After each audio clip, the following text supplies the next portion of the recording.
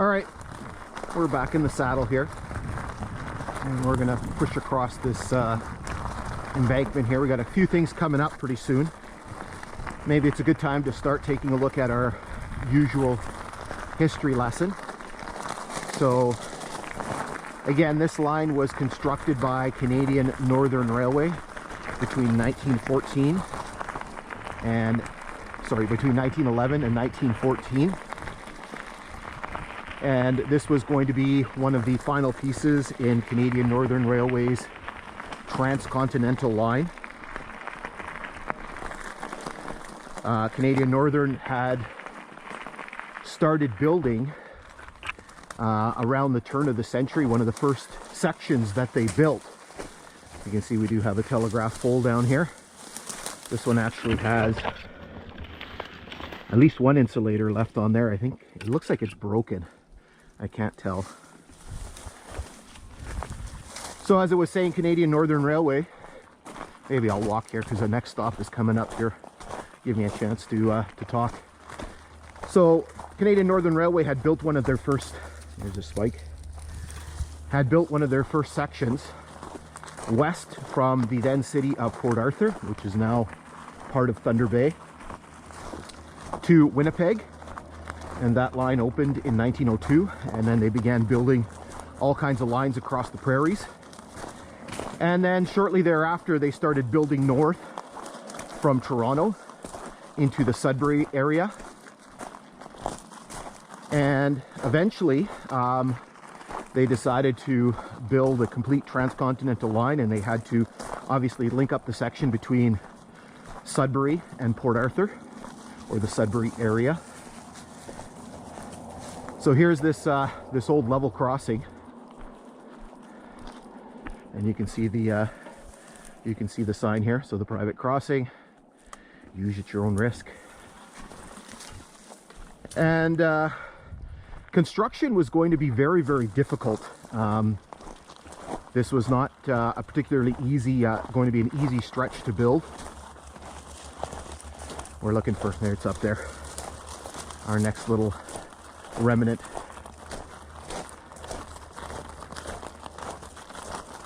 So with the level crossing here, we do have the flanger sign. Tell the operator to pull up the blade on the plow.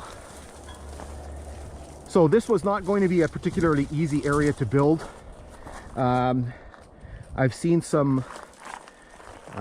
an analysis that was done in about 1916 after the line had been completed, and working that out into today's dollars, there's another telegraph pole over there.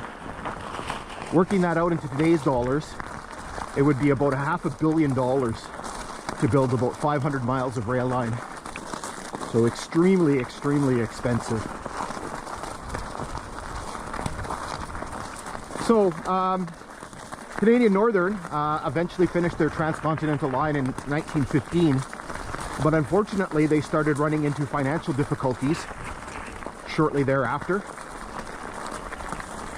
And by 1917 into 1918, the company was in dire financial difficulties, and so the system was completely taken over by the Canadian government.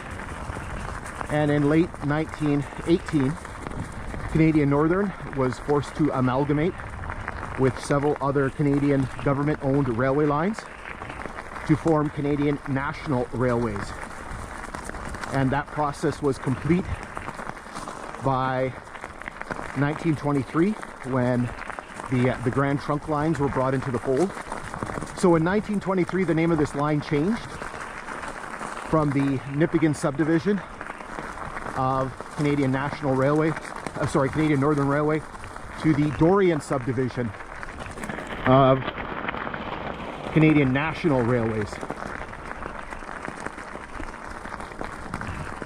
There's another telegraph pole up here, if I don't kill myself.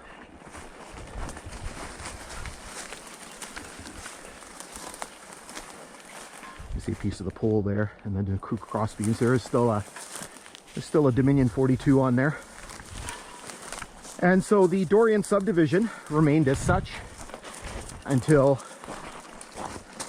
1960, when it was merged with the more easterly Kinghorn subdivision, and the whole thing became the Kinghorn subdivision. You can see we're going through a cut here.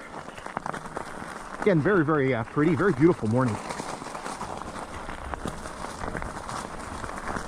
And the line operated until 2005, when Canadian National decided to discontinue service, and they began pulling up the rails in 2008, and that process was complete by 2010.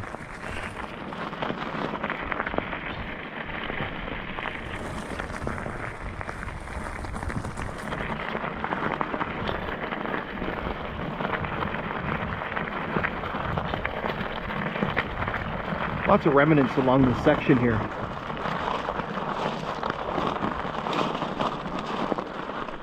I think there was a piece of telegraph pole back there. I think there's another one coming up here.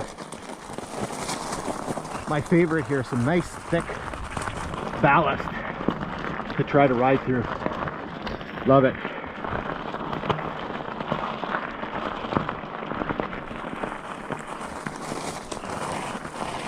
Yeah, there's the telegraph pole.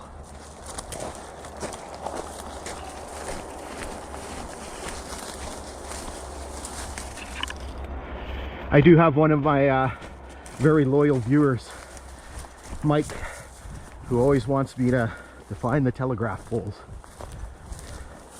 So there's the base, and then over here, I knew exactly where this one was because I was here last year and I remember seeing this. Not much left here. There's a couple broken insulators, a couple broken Dominion 42s on here.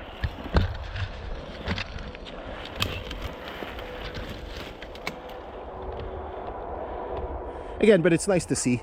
It's nice to see some remnants sometimes when you're on sections of the railway line and you don't really see too much. You can kind of get a little bit mundane after a while.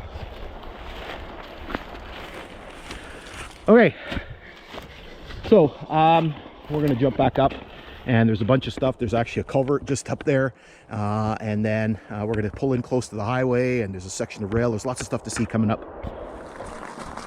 All right, so here we go again. Again, we're going to be stopping right here. Just getting started and stopping all over again. So we do have a creek crossing here. This one doesn't have a, sadly, this one doesn't have a culvert marker, I don't think. I didn't see one. And it is kind of a boring metal culvert, so nothing, nothing overly exciting to see.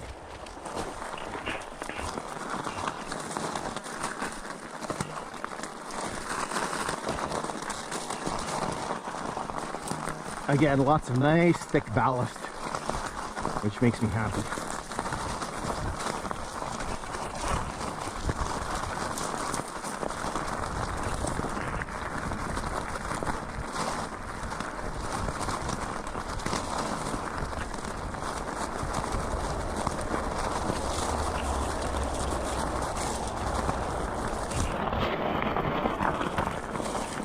Alright, so we're plugging along through the ballast here, and our next stop is right here.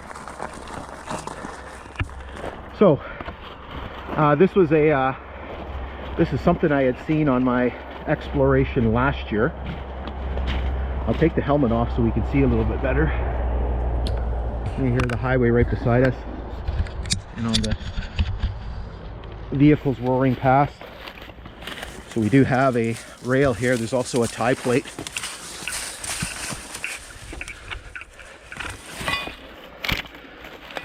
I can read that. That's pretty. Now, of course,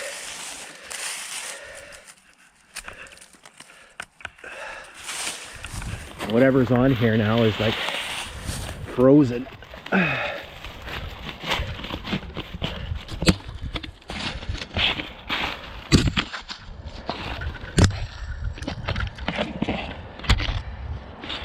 So this is a Dominion rail.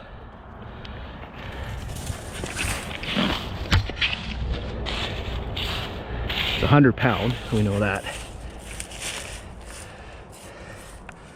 I don't know if you can read that. 1953. So again, just keeping with the tradition of hodgepodge of rails on this section. You've seen it on lots of different areas where we've had pieces of rail. Okay, so we're going to jump back up and just keep moving west. All right, so our next stop is coming up in about 500 meters. So I'll zip you ahead there. Here you can actually see we're passing close to the Trans-Canada Highway, which is just to my right, just to the north of us. And you can hear all of the constant stream of transports going by as I plow my way through this lovely thick ballast.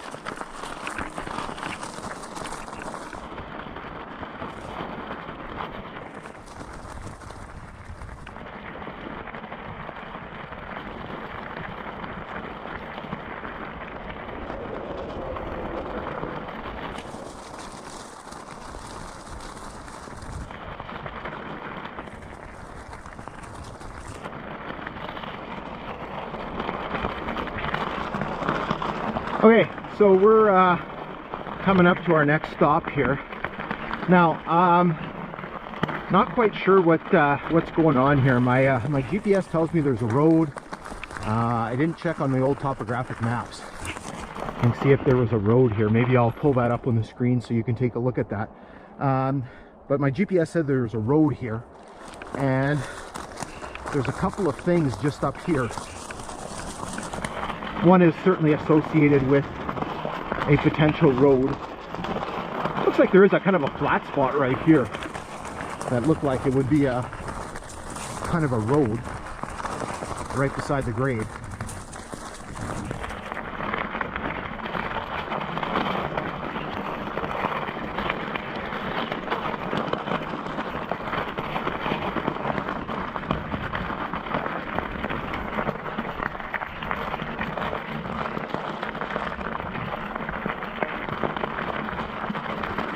Okay, so the first thing we have is there's this, maybe this is the road. Crossing right here, I don't know. So the first thing we have, you can see there's a bunch of remnants here. Looks like it's an old drum and bits of hoses. We do have a fish plate nut. So, kind of noticed this one hanging out in the, from the road. Actually, there's a piece of telegraph pole here. A chunk of telegraph pole. So what we have here, one of my favorite things. For a long time I didn't know what the heck this thing was, because again, I'm not a railway guy. So what we have, there's a sign here. No, somebody's private property over there. So we have a wheel flange greaser. And we've actually seen this in one spot, and I'll put that up on the screen, where we actually seen one in the ground. And so basically what this did was this was a system, a contraption that was used, buried in the ground right beside the grade, and it was used to lubricate the inner side of the rail, and then lubricate the wheel flanges that come in contact with that inner part of the rail, and try to reduce the friction. And oftentimes you hear that when trains are going, that screech, particularly as they're going around corners. I can't smell it right now, but usually these things just absolutely reek because of the grease that's inside them. So anyway, we'll leave that behind. And just across the road here,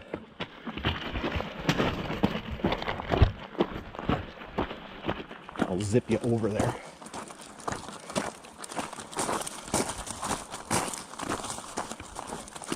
So again, this may have been the, I don't know, the road crossing here.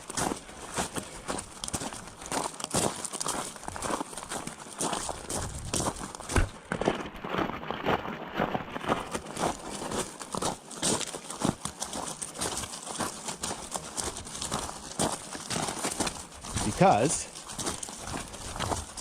just up here, and there it is, we have another flanger sign. So that very well may have been the crossing. So again, kind of neat to see, actually see two of these on this section. They're you don't see them too often. Either they were ripped up by the railway or plunked by souvenir hunters. Okay, so we'll jump back up on the bike and just continue to head west, and we're actually going to start making a turn here towards the south.